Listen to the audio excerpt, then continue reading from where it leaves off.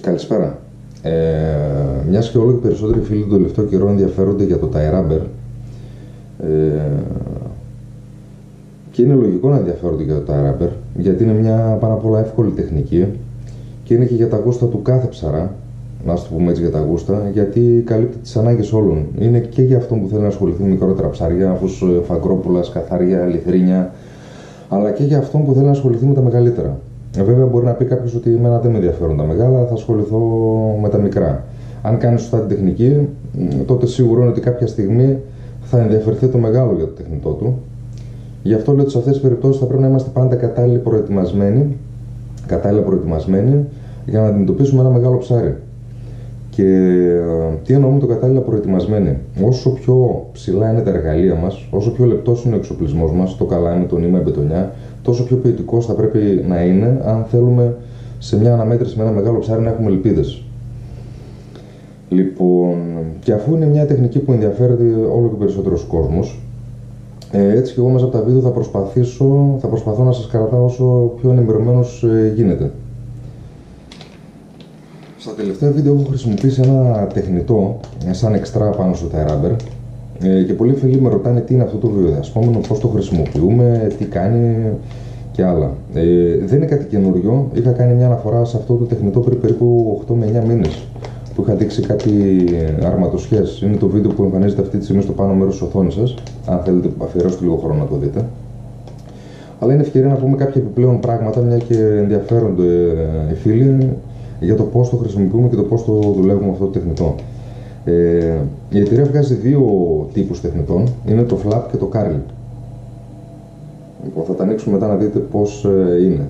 Αυτό που πρέπει να σας πω είναι ότι δεν είναι μια σιλικόνη απλή, μοιάζει με σιλικόνη, έχει την κίνηση μιας σιλικόνης, αλλά το μεγάλο τούτο είναι ότι αυτό το πράγμα έχει άρωμα, έχει οσμή και γεύση, που σημαίνει ότι έχει κίνηση σιλικόνης, έχει οσμή και έχει γεύση. Το ψάρι δηλαδή μπορεί να το φάει κανονικά. Είναι εμποντισμένο με διάφορα αμινοξέα, τώρα δεν μας ενδιαφέρει.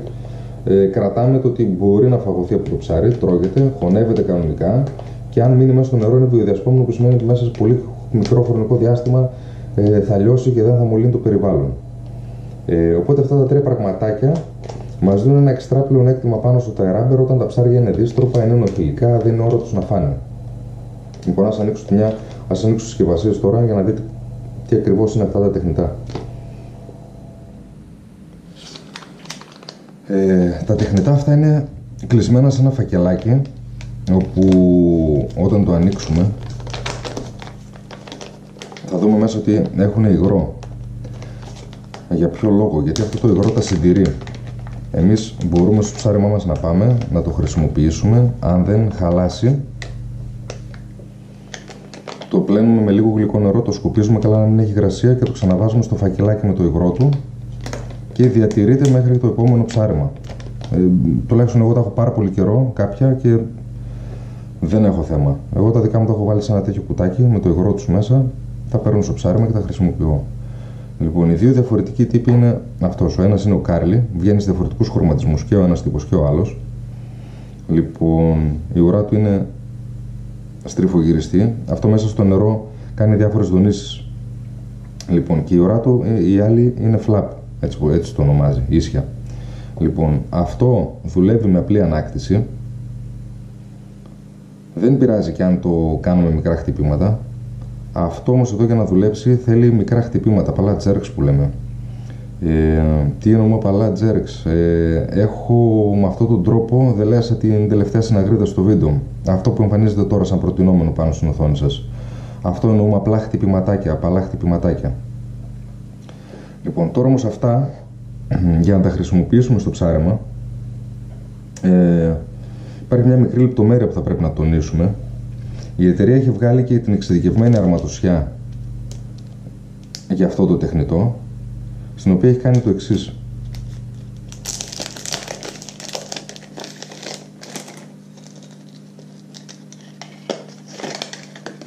Εντάξει, οι αρματοσιές όπως θα τις ανοίξουμε το φακελάκι θα δούμε ότι έχουν ένα στριφτάρι. Αυτό δεν μας επηρεάζει. Εμείς για να το χρησιμοποιήσουμε στο tie rubber βγάζουμε το στριφτάρι και το αφήνουμε στην άκρη. Οπότε γίνει μια αρματοσιά κανονική όπως τις άλλες. Λοιπόν, η εταιρεία τι έχει κάνει? Έχει βάλει εδώ το εσωτερικό αγκίστρι πιο μεγάλο και έχει και ένα ελαττήριο έτσι ώστε να κουμπώνει το τεχνητό πάνω. Γιατί έχει βάλει εσωτερικά πιο μεγάλο αγκίστρι? Ο λόγος είναι απλός. Γιατί αν το εσωτερικό αγκίστρι που κουμπώνει το τεχνητό ήταν μικρό και πούμε ότι σε αυτό το μικρό αγκίστρι βάζουμε το τεχνητό πάνω, λοιπόν, βλέπουμε ότι το περισσότερο στέλεχος του αγκιστριού μπουκώνει από το τεχνητό και δεν έχει μείνει αρκετά έξω η μύτη και το αρπάδι για να δουλέψει το αγκίστρι. Οπότε στην ουσία, αν το κάνουμε έτσι, είναι σαν να ακυρώνουμε ένα αγκίστρι. Γι' αυτό το λόγο η εταιρεία έχει κάνει το εσωτερικό αγκίστρι μεγαλύτερο και ο τρόπος τώρα που το δολώνουμε, το τοποθετούμε πάνω, είναι ο εξής. Βλέπουμε περίπου που πρέπει να βγει το αγκίστρι και το δολώνουμε κανονικά με αυτόν τον τρόπο.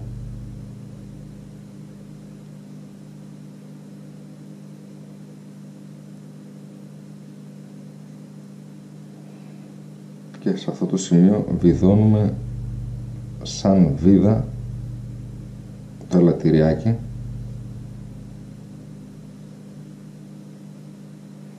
και έρχεται το ελαττήριο και συγκρατεί το τεχνητό πάνω.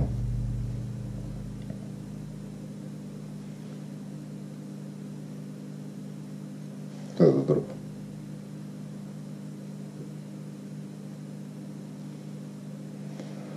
Όπως είπαμε, δεν μας το χάλασαν, δεν το πειράξαμε, το βγάζουμε,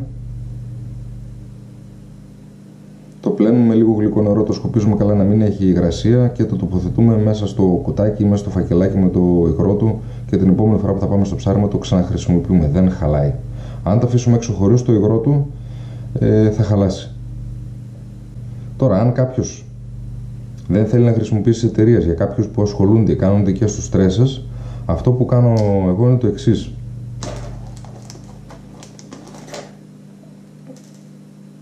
Οι δικές μου ραματοσχέσεις είναι σε αυτό το στυλ. Βάζω το εσωτερικό αγκίστρι αναγκαστικά λίγο πιο μεγάλο. Αναγκαστικά γιατί, όπως είπαμε, θα πρέπει να μείνει έξω η μύτη του αγκιστριού αρκετά, έτσι ώστε να μπορεί ένα ψάρι που θα επιτεθεί εδώ πάνω να μπορεί να έχει το αγκίστρι να μπορεί να καρφώσει. Αυτό είναι το δικό μου συστάκι. Οπότε μπορώ να πάρω είτε την τρέσα από την έτοιμη αρματοσιά της εταιρείας και να την βάλω πάνω εδώ,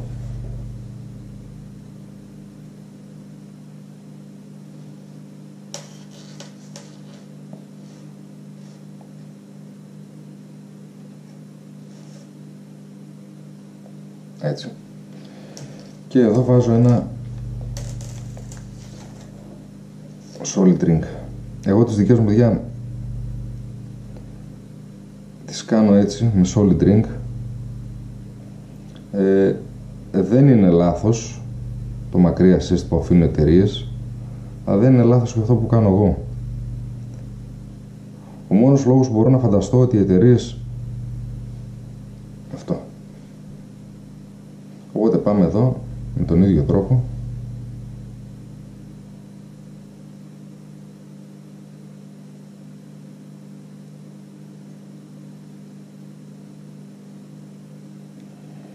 Κουμπώνουμε το σιλικονάκι, βάζουμε στην πύλη και είναι έτοιμο. Είτε το ίσιο που θέλει χτυπηματάκια, είτε το κάρλι που δουλεύει με απλή ανάκτηση.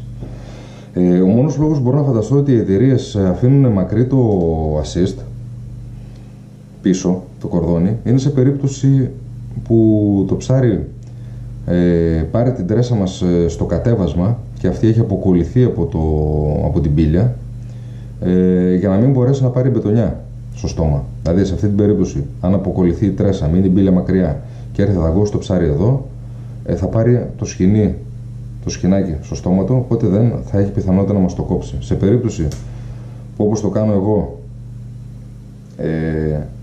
χτυπήσει το ψάρι στο κατέβασμα, αποκολληθεί η μπύλια και εδώ έχω δεμένη την μπετονιά μου, θα δαγκώσει εδώ, θα μου πάρει μπετονιά στο στόμα, οπότε τη 0.31 που χρησιμοποιώ είναι πάρα πολύ εύκολο να την κόψει με τα δόντια. Βέβαια, εγώ συνεχίζω και το κάνω έτσι, παρόλο που είναι επικίνδυνο, δεν μου έχει τύχει μέχρι στιγμής. Εγώ σας λέω και τον ένα τρόπο και τον άλλο, τα πλεονεκτήματα, μειονεκτήματα, και από εκεί πέρα ο καθένας όπως θέλει το χρησιμοποιεί.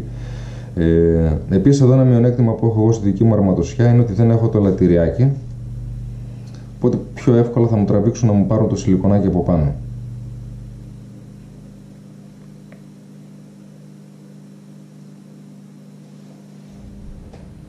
Τώρα για κάποιους που θέλει να κάνουν εξ ολοκλήρου την αρματοσιά, τη δική τους αρματοσιά όπως θέλουν αυτοί, υπάρχουν διάφορα υλικά που μπορούμε να χρησιμοποιήσουμε, υπάρχουν όλα αυτά στο εμπόριο. Υπάρχει αυτό το τσιμπιδάκι, το οποίο μας βοηθάει, ανοίγει το λαστιχάκι για να περάσουμε μέσα τις ελαστικές τρίχες. Οπότε έχει και έτοιμες τρίχες σε αυτό το στυλ, διαλέγουμε χρώματα και τις περνάμε μόνοι μας μέσα. Έτσι είναι πάρα πολύ εύκολο. Εντάξει, τώρα αυτές είναι αρκετές οι τρίχες που δεν χρειάζονται τόσο πολλές. Η δική μου άποψη είναι ότι 14 με 15 τριχούλες ελαστικές πάνω στην τρέσα μας είναι αρκετές. Δεν χρειάζεται να τις φορτώνουμε πολύ. Λοιπόν, μπορούμε να περάσουμε κατά αυτόν τον τρόπο μέσα, μπορούμε να περάσουμε και τη γραπατούλα εδώ.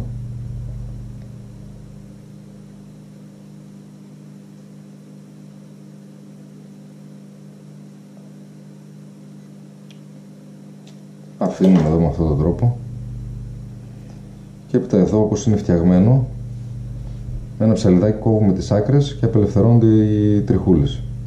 Ή ακόμα και αν έχουμε κάποιες ελαστικές τρίχες από κάποια άλλη τρέσα, από κάποια άλλη αρματοσιά που μας έχουν μείνει, και πάλι είναι εύκολο με το τσιμπιδάκι, βάζουμε το λάστιχο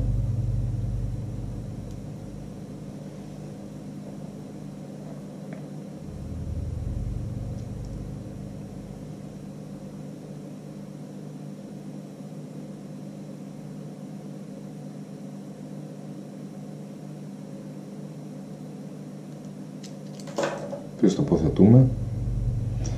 Όπως σας είπα, εγώ προτιμώ εκεί γύρω στις 14, 15, 16 τριχούλες είναι αρκετές. Οπότε στην περίπτωση που θέλω να κάνω τη δική μου αρματοσιά,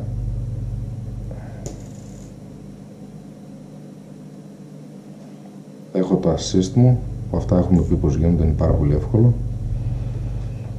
Τοποθετώ μέσα στο assist το κόκκινο αυτό πλαστικό που συγκρατεί τις τρέσες, και αυτό υπάρχει σαν ανταλλακτικό.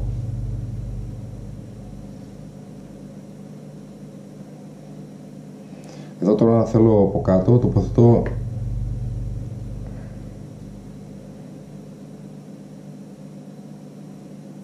μια γραβάτα, όπως λέμε, στριφογυριστή, και αυτή τοποθετώ από κάτω, είτε εδώ μέσα είτε πάνω, δεν είναι λάθος.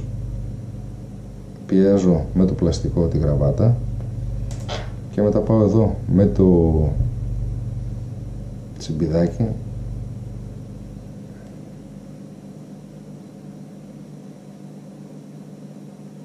ταιριάζω λίγο για να μου βγει εδώ, κλείνω.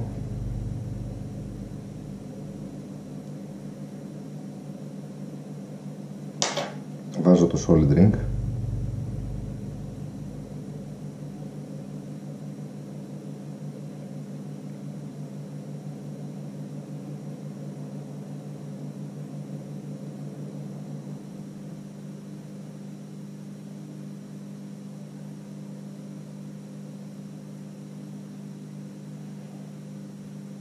Και είναι έτοιμο.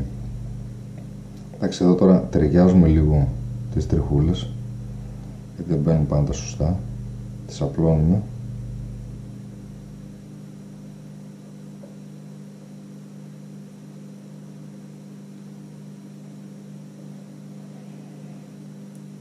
Και η τρέσα μας είναι έτοιμη.